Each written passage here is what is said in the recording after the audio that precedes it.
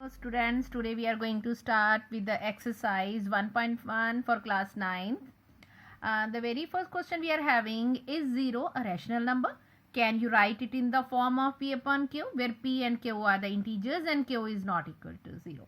The answer is yes, 0 is a rational number. Now बच्चे to do this, अब इसको इस कंडीशन को देखने के लिए कि 0 रैशनल नंबर कैसे बनता है, सबसे पहले हमें रैशनल नंबर की डेफिनेशन पता होनी चाहिए. वो होती है कि p जो रैशनल नंबर है वो p अपॉन क्यू की फॉर्म में होना चाहिए और उसके जो क्यू है वो 0 की इक्वल नहीं होना चाहिए. स्टूडेंट इसके लिए हम सबसे पहले क्या है, सिंपल कोई भी नंबर लेते हैं, 1/2, 3/4, ये रैशनल नंबर्स होते हैं. तो हम 0 को भी रैशनल नंबर लिख सकते हैं. क्यों लिख सकते हैं?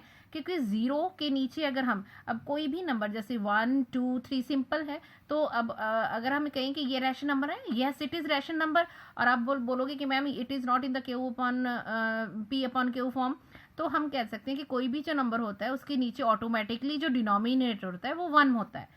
तो नेचुरली अगर हमारे पास डिनोमिनेटर है चाहे वो 1 है, क्योंकि 0 तो नहीं है ना वो, तो वो कम नेचुरली रैशनल नंबर होगा. इसी तरह से 0 के नीचे भी हम 1 लगा सकते हैं. ओके, तो अगर 0 के नीचे 1 लगाते हैं तो उसका मीनिंग तो 0 ही होता है, लेकिन उसके पास एक डिनोमिनेटर होता है और वो ये कंडीशन फुलफिल करता है कि ये p अपॉन क्यू की फॉर्म में हम इसे लिख सकते हैं. p अपॉन क्यू की फॉर्म भी है और जहाँ पे इसका डिनोमिनेटर है इज नॉट इक्वल टू 0 है, तो ऑटोमेटिकली जो 0 हुआ वो रैशनल नंबर है. अब इसको कैसे लिख सकते हैं? 0.1, 0.2, 0.3 एक्सेट्रा. सो ये क्वेश्चन बिल्कुल सही है कि 0 एक रैशनल नंबर है. Okay, now come toward the next question. Find 6 rational numbers between 3 and 4.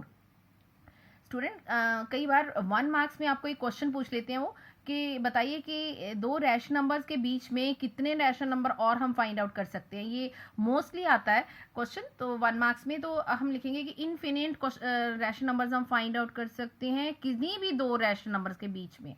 Uncountable हम rational numbers we can say find out कर सकते हैं. अब वो कैसे कर सकते हैं? The very easiest way. अब हमारे उन्होंने कितने पूछा है? 6 रैशनल नंबर पूछा है. द फर्स्ट स्टेप होता है कि हम सबसे पहले इन नंबर्स को लिख लें, जैसे यहाँ पे 3 है और 4, और जो मैंने आपको पहले समझाया कि अगर कोई सिंपल नंबर है तो उसका डिनोमिनेटर डेफिनेट है 1. अगर उसका ऑलरेडी अपना डिनोमिनेटर अभी नहीं है कोई, तो उसका डिनोमिनेटर होता है 1. तो किसी भी दो रैशनल नंबर के बीच में अगर और रैशनल नंबर फाइंड आउट करने होते हैं तो सबसे पहला पॉइंट होता है कि उसके डिनोमिनेटर्स को हम सेम करें. तो यहाँ पे हम डिनोमिनेटर ऑलरेडी सेम ले चुके हैं क्योंकि ऑलरेडी 1 है, दोनों के पास डिनोमिनेटर सेम है. अब फिर इन नंबर्स को हम कैसे किस नंबर के साथ मल्टीप्लाई करें? कोई भी देखिए डिनोमिनेटर सेम है ऑलरेडी, तो हम इसको 10 और 10 से मल्टीप्लाई कर सकते हैं, किसी भी और नंबर से मल्टीप्लाई कर सकते हैं सेम वैल्यू लेने के लिए. तो अब इसको क्या करेंगे? 3 into 10 30, 1 into 10 10, 4 into 10 40, 1 into 10 10. Student देखिए अब इसका मीनिंग क्या है? हमने जूनियर क्लासेस में पढ़ा है कि सेम अगर हमें और नंबर चाहिए होंगे, इक्विवेलेंट फ्रैक्शंस, जो हमने क्वेश्चन पढ़ा है कि इक्विवेलेंट फ्रैक्शन कैसे होती है कि किसी भी नंबर के साथ अगर डिनोमिनेटर हम सेम कर दें तो हम किसी भी नंबर के साथ अगर उसको मल्टीप्लाई करें तो डिनोमिनेटर और न्यूमिनेटर को तो आंसर सेम रहता है. कैसे? अब अगर हमने 10 के साथ किया है तो अगर हम इनको 0 को कट करेंगे तो हमारे पास फिर से वही बचेगा. ठीक है, तो हमारे पास नंबर आए 32. अब जब हमारे पास डिनोमिनेटर सेम हो गए, अब हमें ये भी पता है कि 30 और 40 के बीच भी हम 6 rational number easily find out कर सकते हैं. अब इसलिए आप डिनोमिनेटर को भी भूल जाइए क्योंकि हमारे पास डिनोमिनेटर सेम है. चलो ओके, भूल जाते हैं. Okay, leave it to be. तो हमारे पास नंबर क्या बचे? 30 और 40. अब हमें 30 और 40 के बीच में नंबर पता करने हैं जिसमें 30 एक्सक्लूड होगा क्योंकि बीच में फाइंड आउट करने हैं, तो 40 भी नहीं इंक्लूड होगा इसके अंदर. तो हमारे पास नंबर आएंगे 31 से 31, 32, 33, लेकिन denominator should be there as we have done 10. So 31/10, 32/10, 33/10, 34, 35, 36/10. Okay, so simply अगर हमें ये चेक करना हो क्या ये हमारा आंसर ठीक है कि नहीं, तो क्या होगा? 31/10 का मीनिंग क्या होता है स्टूडेंट? 3.1. 32/10 का मीनिंग क्या होता है? 3.2. तो ऑटोमेटिकली 3.1 और 3.2 3 और 4 के अंदर ही आएगा नंबर लाइन के ऊपर. तो हम क्या करेंगे? It is right. So the next question, same question is there. Find the 6 rational numbers between 3/5 and 4 and 5. 4/5. Students अब इसमें भी हमें ज़्यादा मेहनत करने की ज़रूरत नहीं पड़ी क्योंकि ऑलरेडी उन्होंने डिनोमिनेटर हमें सेम दे दिए हैं, तो डिनोमिनेटर फिर से सेम करने की ज़रूरत नहीं है. सिर्फ हमें एक ऐसा नंबर फाइंड करना है जिसके साथ इनको मल्टीप्लाई करें, डिनोमिनेटर सेम रहें. तो वो क्या होगा? इजी करने के लिए फिर से 10 के साथ ही कर लेते हैं. 3/5 into 10/10 is equal to 30/50. 4/5 into 10/10 40/50. अब फिर से डिनोमिनेटर सेम हो गए हैं तो फिर से इनको भूल जाते हैं. किसके बीच में नंबर चाहिए? 30 और 40 के बीच में. फिर से वही 31. अब डिनोमिनेटर कौन सा है? 50. सो 31/50, 32/50, 33/50, 34/50, 35/50 एंड 36/50. अब स्टूडेंट यहाँ पे तो इन्होंने सिर्फ 6 नंबर्स हमारे से पूछे हैं. तो अगर बाई चांस वो हमारे से मोर देन 6 नंबर्स पूछ लेते हैं या मोर देन 10 मार्क्स नंबर्स पूछ लेते हैं सॉरी इसके अंदर से, तो वो इसके अंदर पॉसिबल नहीं है. लेकिन उसको करने का एक बहुत ईजी वे है, वो मैं आपको समझाती हूँ.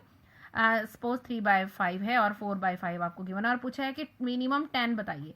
तो पहले जब हमने 10 के साथ मल्टीप्लाई कर लिया इसे, तो यहाँ तक सपोज करो हम क्वेश्चन कर चुके हैं. ठीक है, यहाँ तक हम क्वेश्चन कर चुके हैं. और अब उन्होंने कहा है कि हमें तो चाहिए जी 10 से ज़्यादा, लेकिन आप बोलोगे हमारे पास तो मैक्सिमम 8 आ रहे हैं इन दोनों नंबर के बीच में. तो हम क्या, सबसे इजी भी होता है जब ऑलरेडी हम जिससे मल्टीप्लाई कर चुके हैं, जिसके साथ हमारा डिनोमिनेटर सेम हो चुका है, तो सबसे इजी वे होता है हम जिससे मल्टीप्लाई कर रहे हैं उसके पीछे एक 0 लगा दो. ये लीजिए, अब इसकी देखो कितनी पावर बढ़ गई. 10 से 100 बन गया. तो अब यहाँ से भी ऑटोमेटिकली जब 3 को 100 से मल्टीप्लाई करेंगे, 300, 500, 400 एंड 500, 300/500, 400/500. अब 300 और 500 के बीच में आप maximum rational number find out कर सकते हो. तो इसीलिए ये कंडीशन सेटिस्फाई होती है कि 2 रैशनल नंबर के बीच में आप uncountable rational number find out कर सकते हो. इससे ज़्यादा लेना है तो फिर से एक और 0 ऐड कर दीजिए, यहाँ पे मल्टीप्लाई कर दीजिए, तो you will get more than that also. So this is the easiest way of doing this question. Now student come to the question number 4. State where the following statements are true और false. Statements क्या है हमारे पास? Statements हैं कि every natural number is a whole number. तो student सबसे पहले इसको करने के लिए हमने कल जो इंट्रोडक्शन की थी उसमें क्या कहा था कि होल नंबर और जो नेचुरल नंबर है इनकी अगर हम डेफिनेशन चेक करें तो होल नंबर्स होते हैं 0, 1, 2, 3 और जो नेचुरल नंबर होते हैं 1, 2, 3. वो कहते हैं कि जो नेचुरल नंबर्स हैं वो होल नंबर्स हो सकते हैं. नेचुरली देखिए होल नंबर्स में 1, 2, 3 ये पढ़ा है और नेचुरल नंबर में 1, 2, 3 पढ़ा है और होल नंबर तो ज़्यादा ही है इससे. तो natural numbers can be a part of whole number. So it is true. Since the अब रीजन बताने कि since the collection of a whole number contain all the natural. देखिए होल नंबर्स के अंदर ऑलरेडी सारे नेचुरल नंबर्स पड़े हैं. ठीक है ना. तो होल नंबर ऑलरेडी बड़ा भाई हुआ, छोटा है इसके साथ इंक्लूड हो गया. तो नेचुरली होल नंबर्स के बीच में नेचुरल नंबर हैं ऑलरेडी. अब सेकंड जो है हमारा, every integer is a whole number. क्या कहते हैं, कोई हर इंटीजर होल नंबर हो सकता है? This is not possible. False है. क्यों बेटा? क्योंकि होल नंबर्स होते हैं 1, 2, 3, 4 और जो इंटीजर्स होते हैं, हम इंटीजर कल किया था हमने, इंटीजर्स में हम क्या लेते हैं, इनमें पॉजिटिव नंबर तो हैं लेकिन इसमें नेगेटिव नंबर्स भी होते हैं और हमारे होल नंबर्स शुरू होते हैं 0 से और ये नेगेटिव जी को पसंद नहीं करते हैं, नेगेटिविटी पसंद नहीं करते हैं होल नंबर्स. तो ये पॉसिबल नहीं है. So this is false. Because example ले लेते हैं हम. For example -5 is not a whole number but -5 integer है. ठीक है बेटा. Now come to the last possible. Every rational number is a whole number. ये भी गलत हो गया. क्यों? क्योंकि फिर से वही होल नंबर्स क्या होते हैं, 0, 1, 2, 3, 4 कुछ भी हो सकते हैं और जो रैशनल नंबर्स होते हैं वो 1/2, 3/4, -1/2, -2/5 कुछ भी हो सकते हैं. तो वो क्या है कि कहते हैं कि अगर हमें कोई भी फॉल्स है, क्योंकि एग्जांपल ले लेते हैं -1/2 लो चाहे 1/2 ले लीजिए, वो कहते हैं कि ये तो एक रैशनल नंबर तो हो सकता है -1/2 और ये 1/2 भी रैशनल नंबर हो सकता है लेकिन वो होल नंबर नहीं हो सकता. क्यों? क्योंकि होल नंबर हमारे कहाँ से शुरू होते हैं, 0 से, और इसमें नेगेटिव नंबर स्पेशली नहीं होते. So that's all students for today's lecture. Tomorrow we will go for the next exercise. Thank you so much.